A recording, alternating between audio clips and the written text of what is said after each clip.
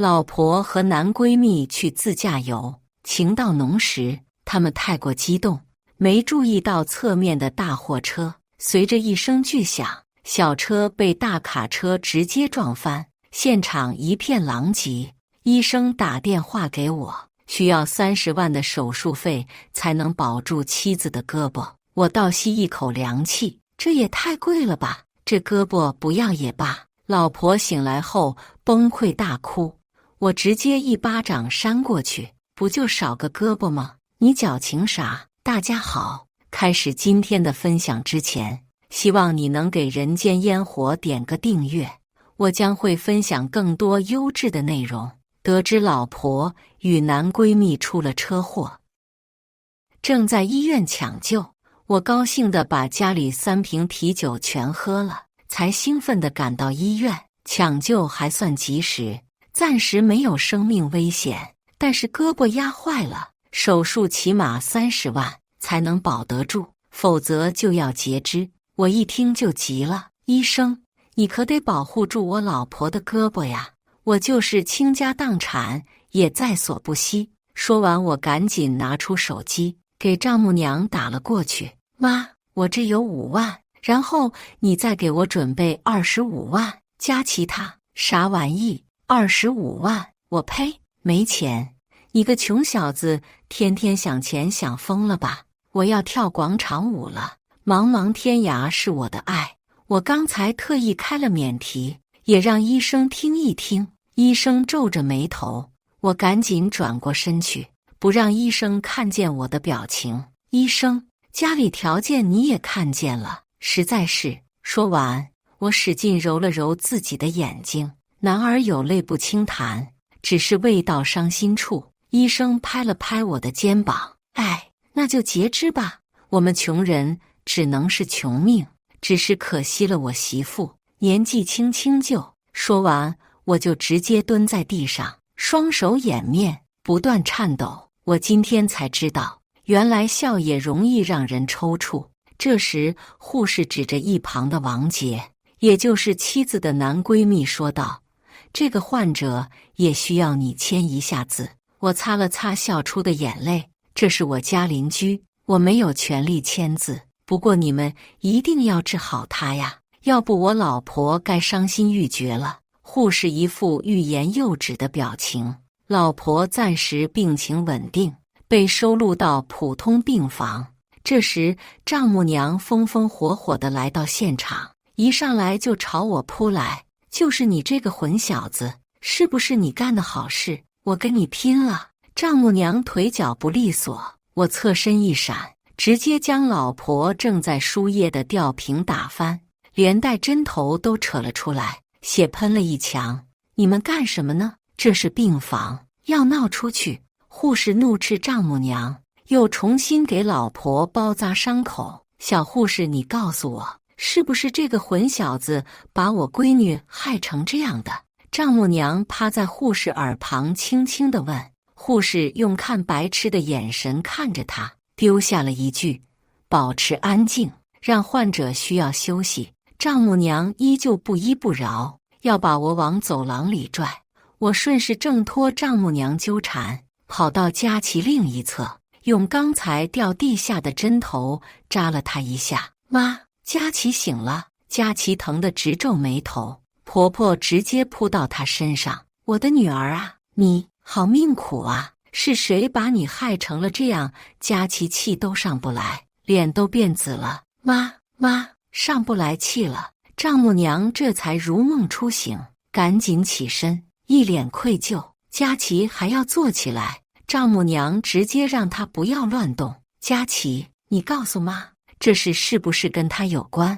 丈母娘用手指着我：“妈，隔壁王大哥呢？他怎么样？”我心里一阵冷笑，真是一对奸夫淫妇，都这样了，还想着他呢。只是佳琪用手把被子一打开，瞬间石化，左臂全没了。啊，我的胳膊呢？我的左胳膊怎么不见了？啊，胳膊呢？妈，胳膊哪儿去？你看见了吗？啊！尖叫声响彻整个走廊，我立马双手掩面，伤心欲绝地告诉他：“医生说你胳膊伤得太厉害，前期手术起码要30万，没准还能保住，但是家里实在凑不齐，只能截肢了。哎，丈母娘慢慢缓过神来，听见本来是有希望的，结果变成了这样，朝我怒吼道：你这个混小子，能治你为什么不治？你就是恶魔！你把你胳膊锯下来赔给我闺女！哇！佳琪也怒目圆睁，一副要跟我拼死的样子。我委屈巴巴地说：妈，我到医院第一时间就给你打电话商量，我连私藏的5万块钱都拿出来，但你不是说你那没钱吗？他愣了一下，想起来确实有点这件事，脸色瞬间变得通红。你撒谎，你根本就没说那钱是用来救佳琪的，你这是蓄意报复。正巧医生用来查房，丈母娘直接指着医生的鼻子骂道：你这个庸医，我好端端的闺女让你把胳膊锯掉了，你这是医疗事故，你就想害我姑娘，我要起诉你，让你负法律责任。医生一脸怒气，将丈母娘挡开。这位患者家属，我知道你心里也不好受，但是我都是按正规流程办事，你要是不满意，尽管起诉我便是，但你要一闹，我就要报警了。丈母娘一看医生不好惹，又来捏我这个软柿子，混账东西，你为什么不说那钱是为了给佳琪治胳膊？我叹了口气，慢悠悠地把手机拿了出来，音量调到最大。妈，我这有5万，然后你再给我准备25万。佳琪他啥玩意？25万？我呸！没钱！你个穷小子，天天想钱想疯了吧？我要跳广场舞了！茫茫天涯是我的爱，歌声在走廊回荡，在场的医护都充满鄙视地看着丈母娘。男方连压箱底的压岁钱都拿出来了，这老太太为了钱，连自己的亲闺女都不救，谁轻谁重，高下立判。其实我故意开头就管她要钱，而没有说明事情的是非曲直，目的就是要她这句话：没钱。哎，都是我没能耐，手里才这么点钱，要是有钱，佳琪的胳膊就保住了。妈，你的钱也得留着看病养老，我都理解，都是我们做儿女的命不好。佳琪听完我的话，脸色也变了，她也怀疑自己的母亲是不是故意见死不救。够了，你们都出去！佳琪崩溃颤抖，看向母亲的眼神也越发寒冷。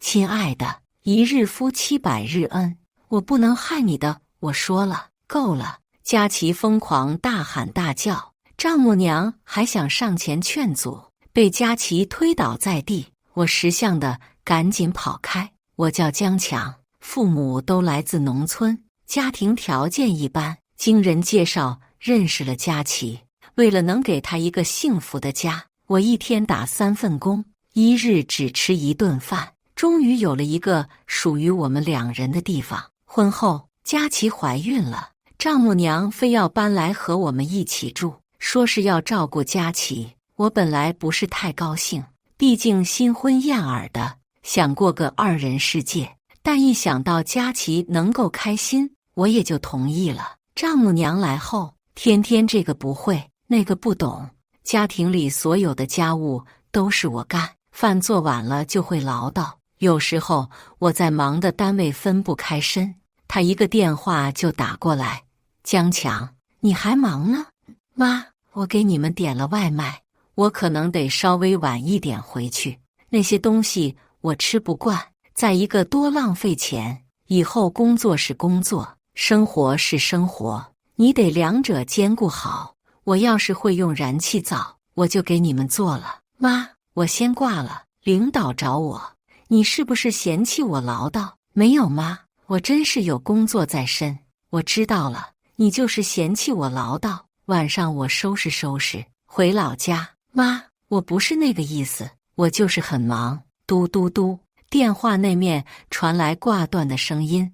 晚上佳琪给我劈头盖脸一顿臭骂：江强，你怎么回事？你对我妈什么态度？不是，我就加个班，都给你们点外卖了。你就是不尊重老人，这日子没法过了。你以后再敢对我妈这个态度，我们直接回老家。你一会儿赶紧去给我妈道个歉。我郁闷地去走廊抽了个烟，在眼圈中放佛，看见丈母娘躲在角落里偷偷地笑。我回家稍微晚一点，她就会打电话催我：妈，我买菜呢。妈，路上堵车了。妈，我加个班。昨天都提前跟你们报备过了。为了做饭这点事，我天天跟丈母娘报备，就怕她在挑理。丈母娘眼见自己旗开得胜，在这个家庭的地位越来越高，就不停地扑我，什么老婆都是用来宠的，一定要对老婆好，要听老婆的话，甚至以后的孩子也要跟他们家的姓。为了老婆和肚子里的孩子，我一直默默忍受，想着孩子出来，丈母娘也就回去了。孩子出生那天，当她得知生下的是女孩后，留下了一句：你的种不行。说完，自己直接先回我家去了，留我一个人在这伺候月子，也没人和我换班，还要照顾大人和小孩，直接被累得感冒发烧了，烧到40度，自己也被迫住院。我们一家3口在医院一共待了2周。出院那天，我无精打采，扛着大包小包往家里搬。丈母娘见我第一句话就是还不快去做饭，这几天都给我饿瘦了，这么大的人了，伺候月子都伺候不好。你看佳琪也瘦了。我听了之后异常火大，但想到今天是出院的第1天，是小家伙刚回家的日子，不宜生气，默默地做饭。佳琪也难得兴致高昂吗？你快看，小家伙可高兴了。婆婆没有说话，她看向孩子的眼神冰冷刺骨。我的陪产假转眼就到期了，怕丈母娘照顾不好佳琪，特意请一个月嫂帮忙照顾。月嫂张姐是个实在人，天天忙前忙后，丈母娘却处处挑剔，张姐左右为难，向我委婉表示不想干了。我一看不行啊，哪有做半个月的保姆，一是不好结算，二是不好找人。我就慢慢劝解张姐，让她再坚持坚持。我看佳琪恢复的差不多了，也让她陪着张姐出去转转。谁知道才出去一会儿，丈母娘就疯狂给我们每个人打电话，孩子口吐白沫，你们快回来看看。我匆忙打车赶往医院。那天明明是上班时间，车道却堵个水泄不通，一股不祥的预感升起。等我赶到医院，看到佳琪在那崩溃痛哭。孩子还在抢救吗？孩子死了。佳琪抱着我失声痛哭，我宛如晴天霹雳。我人生1个月，从大喜到大悲，半天缓不过神来。怎么死的？我咬牙切齿，一字一句问道。大夫说是过敏性休克死的，孩子好端端的，怎么会过敏？咱妈给他喝了那罐奶粉。什么？你这个凶手！我朝着丈母娘吼道。你在这凶什么？我又不知道孩子喝奶粉会过敏。再说我也是好心，你们都不在家，孩子娃娃哭个不停，我就要上去揍他，却被佳琪死死地抱住。这时医生抱着孩子出来了，你们要不要看孩子最后一眼？我瞬间崩溃大哭，感觉天都塌了。丈母娘躲得远远的，不看了，赶紧火化吧，你们还年轻，下胎没准是儿子。我瞪了他一眼，他吓得不敢再说话。这件事过去以后，我很久都不能走出来。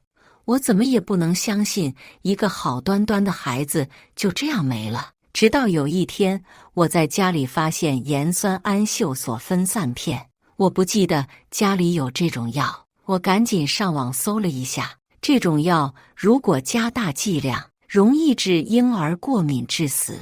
我望着丈母娘的那张照片，心中怒火熊熊燃烧。丈母娘又开始在医院撒泼打滚，非要给佳琪把胳膊接回去，要不就跳楼自尽。我微笑地看着他，也不劝阻，也不拦着，就拿手机录像。不一会儿，保安来了，直接将他轰了出去，并警告他再报警。我又转过头来看向佳琪，终于轮到我单独照顾他了。有仇不报，更待何时？老婆，你都残疾了，可不要拖累我。咱俩选个良辰吉日，把婚离了。江强，你现在不照顾我，你良心被狗吃了吗？良心你自己有吗？你现在废人一个，我照顾你干嘛？江强，你混蛋！说完就要过来打我，我一巴掌把他扇倒，他半天缓不过神来，我直接一把抓起他的头，还敢动手？你出轨那天起就应该想到，就有今天。从现在起，我说什么是什么。你要再敢忤逆我，我把你扇成猪头。佳琪嗫嚅地点着头，小声哭泣，不许哭，贱人！他浑身颤抖，不敢再发出一丝声音。到了饭点，我特意点了一桌大餐，又要了瓶啤酒。我把什么辣椒啊、骨头啊都扔给佳琪，自己大鱼大肉的饱餐一顿。他恶狠狠地看着我，贱人，你那是什么眼神？还想挨巴掌是不是？他不敢看我了，转而去吃骨头。我拿起一块肉，在他的鼻子处放了放。贱人，想吃吗？他的眼神异常渴望，舌头舔了舔嘴唇，咽了咽口水，却扭过头去。贱人，还挺倔，把头给我转过来。佳琪眼泪婆娑，一把鼻涕一把泪，还害怕我打他。你自己的亲妈为了钱都不舍得救你，你指望谁能照顾你？你不是天天像防贼一样防我吗？结果呢？关键时刻我私房钱都拿出来了，你亲妈反倒是一分钱不掏。你看没看到差距？今天我也想明白了，你以后不许花我的钱，你想吃的话你自己买，用你自己的钱。不过你现在不方便，把支付密码告诉我，我帮你点。佳琪无奈，只能把密码告诉我。我直接将他卡里的钱全部转移到我的账户上，然后笑嘻嘻地说道：我给你点的你最爱吃的麻辣烫，我是患者，不能吃辣，不就锯了个胳膊吗？你矫情什么？吃点辣活活血，不是我狠心，在别人脆弱的时候落井下石。只是想起被他们害死的孩子，我就止不住恨意，巴不得他们去死。现在的羞辱对他们来说已经是宽容了。第二天，交警叫我了解情况，我直接给丈母娘打电话：妈，交警叫咱们，可能要赔咱们钱。丈母娘一听有钱，恨不得飞过去。江强，快，咱们快去，可别去晚了。监控画面显示，事发当时佳琪和隔壁老王亲的那叫一个激烈，完全没有看见侧面过来的大货车。佳琪全责，需要赔偿大货车司机50万，不是赔我们钱吗？咋变成我们赔钱了？我闺女胳膊没了，我还没找你们算账，不行，我要起诉你们。大货司机直接将交警的现场鉴定责任书拿了出来，白纸黑字，清清楚楚。你们要抵赖，咱就法院见。说完，大货司机走了。都是隔壁老王勾引我闺女，才导致的事故。可怜我的女儿。交警听得脸都绿了，头一回把出轨说得这么光明正大。交警同志，这监控能给我吗？我想用这个监控当出轨的证据，以后离婚的时候争取要佳琪净身出户，应该没问题。但赔偿的事情你们还得尽快落实。丈母娘给我拽到一边去，你要这监控干啥？妈，我这地方有些朋友，到时候我把这段监控删掉，到时候他们就没证据了。丈母娘直接笑出了声，她最喜欢邪恶的事情。江强，以前妈都没发现，你脑袋还挺灵活的。佳琪眼光真不错。妈，咱一家人不说两家话，我得抓紧去想办法了。只不过啥？这赔偿的钱，隔壁老王也应该出。毕竟从画面来看，佳琪肯定受到胁迫。婆婆的眼神慢慢变得冰冷僵强。你这话把妈点醒了，这不赖她赖谁呀？交警队这你费心。老王那个王八蛋敢勾引我女儿，看我不扒了他的皮！冒着虎气的丈母娘终于找到了事件的突破口，怒气冲冲朝着医院跑去。考完监控录像，我也风驰电掣地朝着医院跑去，就怕错过这刺激的一幕。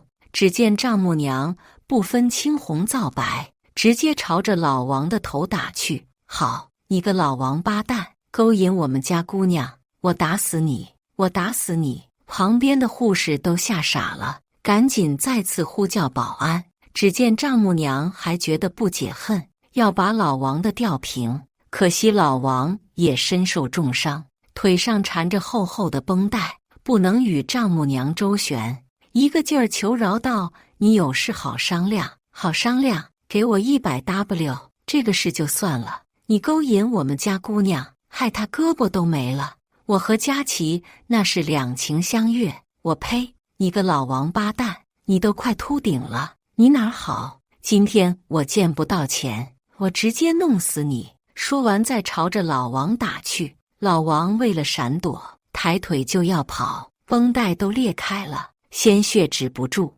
我直接把这视频发到网上，标题就是警号丈母娘替我捉奸。最近这粉丝数也不见涨，我可急坏了。我觉得这个视频肯定行。丈母娘一看保安又来了，转身跑到佳琪的病房。佳琪，你怎么样了？妈，你赶紧把钱转给我。什么钱？丈母娘瞬间警惕起来，就是我当小三挣的钱。佳琪自从昨天断手之后，就对自己亲妈有所怀疑。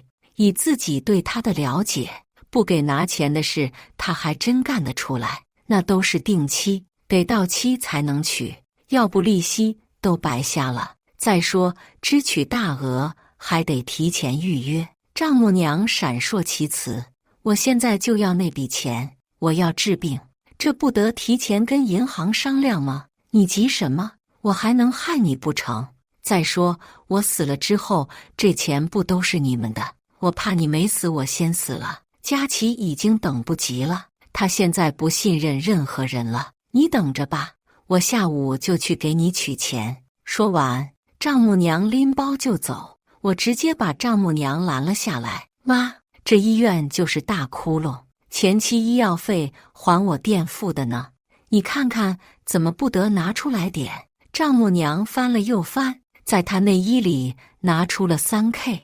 我一阵恶寒，接过了钱。妈，你这点钱就够支持2天的，后期的手术啥还是无底洞，你抓紧把钱拿出来，要不明天我陪你去。不用，丈母娘连连罢手。我去银行预约，人多眼杂，我最多后天就把钱拿过来。说完，丈母娘一溜烟跑了。我望着佳琪，戏谑道：“你知道你当小三的钱哪儿去了吗？”佳琪吃惊地望着我：“你知道，都被咱妈给个糟老头给骗走了。”什么糟老头？你是说跳广舞的张大爷？佳琪的瞳孔瞬间放大，他辛辛苦苦挣来的窝囊费，为了防我，都倒到他亲妈手里，结果亲妈又给自己的姘头，真是恶人自有恶人磨。老公，以前是我不好，我就是想给家里挣点钱，我对你都是真心的，我在外面就是玩玩而已。我直接一巴掌把佳琪扇在地，就你这德行，还想跟我玩破镜重圆，也不撒泼尿看看自己，你现在残废了，谁会要你呢？我没事的时候就给佳琪灌输思想，你的钱都被你亲妈拿走了，以后没人会照顾你了。自从丈母娘说拿钱之后，一直未现身，大货车司机也多次催我们还款，丈母娘的3K 眼瞅要花完了，佳琪坐不住了，说是让我去找丈母娘，找不到就把房子给卖了。我慢悠悠地回到家，发现丈母娘不在家，去广场舞那一看，果不其然，丈母娘又在跳舞。别说，丈母娘还挺有本事，硬能把广场舞跳成艳舞。要是没有人在旁边，真怕她和张大爷发生什么不堪入目的场景。我赶紧把这视频拍下来发给佳琪，你看咱妈玩得多浪啊，没顺还能再生给你生个弟弟，就是不知道你那点小3钱够不够给弟弟买房。你在那等我，什么他要过来都没好利索，能行吗？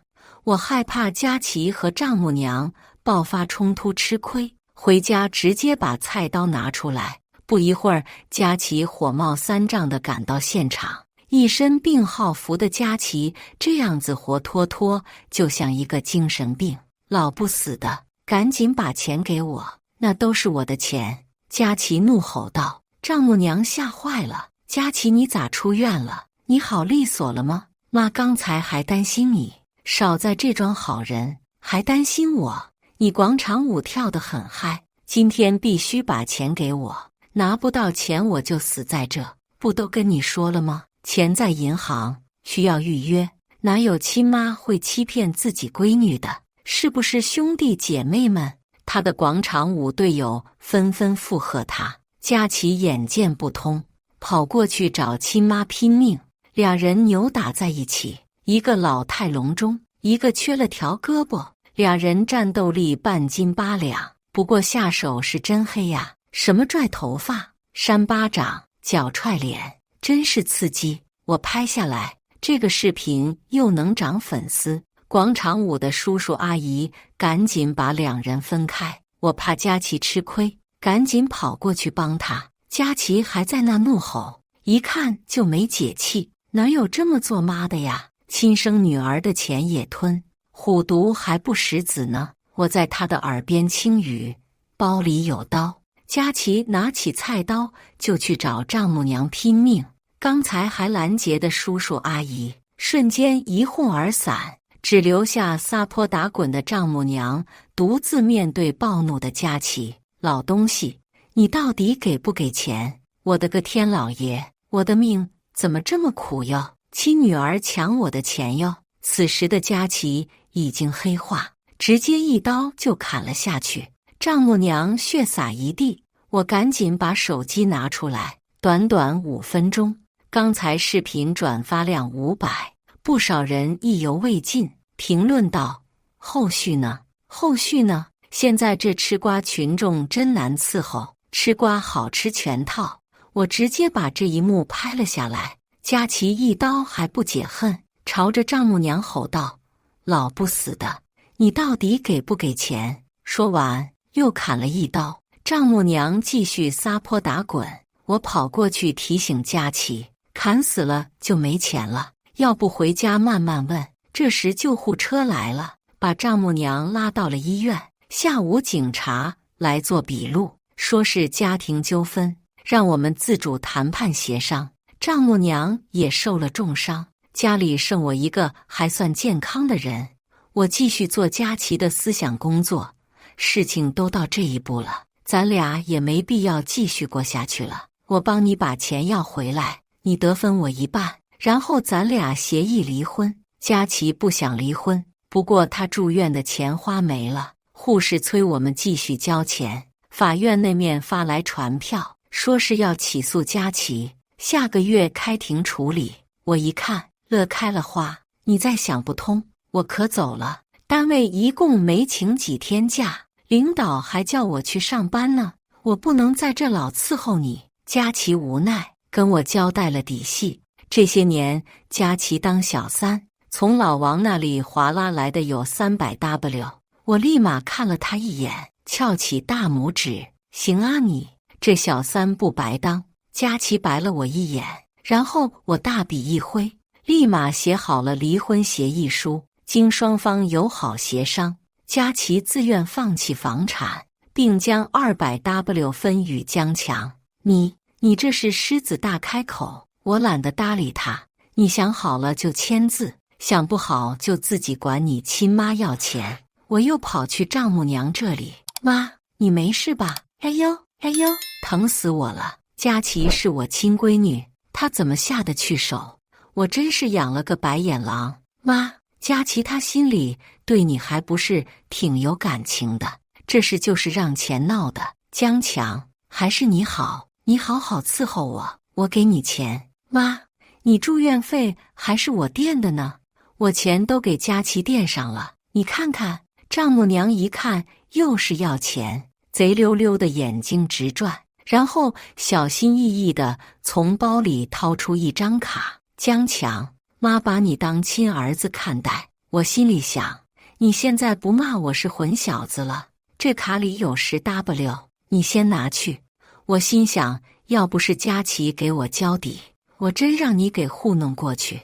我直接将卡退给丈母娘。妈，你不知道现在这医院贵呀，你这点钱杯水车薪，要不你自己留着。说完，我就把卡推了回去，转身就要走。丈母娘怕没人伺候她，一把将我拽住。哎，江强，你别走。妈，这还有点，这可真是棺材本了。说完，她又拿来一张卡，这卡里有30万，你得把我伺候恢复了。你放心吧，我这就去给你买饭。我赶紧去住院部，给佳琪和丈母娘的床位费一个充了5000元，剩余的钱直接转到自己卡里。我又给隔壁老王打电话，假装一不小心泄露丈母娘住院的消息。老王一听丈母娘也住院了，这报仇的时机来得也太快了，当晚找人去给找丈母娘。最近这个粉丝数真是呈几何式的增长，大家都觉得比爽剧还上头，总是催我更新。可是天天哪有这么多事情啊？我这也是盼星星盼月亮，才盼来了这场战役。只见隔壁老王还带着石膏，带着4个5大3粗的男子，直接闯进丈母娘的病房。你个老妖婆，昨天打我打得挺爽啊，你们要什么？我告诉你们，这里是医院。老王直接拿袜子塞在他嘴里，劈头盖脸的一顿打，巴掌声响彻这个走廊。丈母娘血气上涌，满脸通红。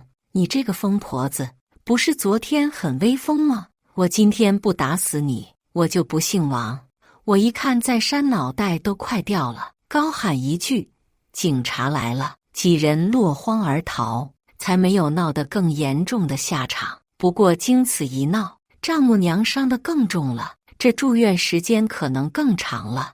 我又给大货车司机打电话，兄弟，我们本来家里还有积蓄，可是我丈母娘那个人把钱看得太重了，家里钱都被他把着，我是心有余而力不足啊。货车司机有个汽车联盟，这个联盟专门替大货司机讨债。丈母娘刚挨过一顿揍，伤害没好利索，这不就来了一群5大3粗的汉子来要账。我心想，真不能打了，赶紧跑到丈母娘跟前。妈，这些都是恶人，要不到钱会见血的，这钱生不带来，死不带去，咱要不赔他们点。丈母娘算是被人打怕了，在床上寒蝉若尽。江强，我还是有点小钱。丈母娘把所有银行卡密码都告诉我，我一看一共260个 W， 我直接现场付款，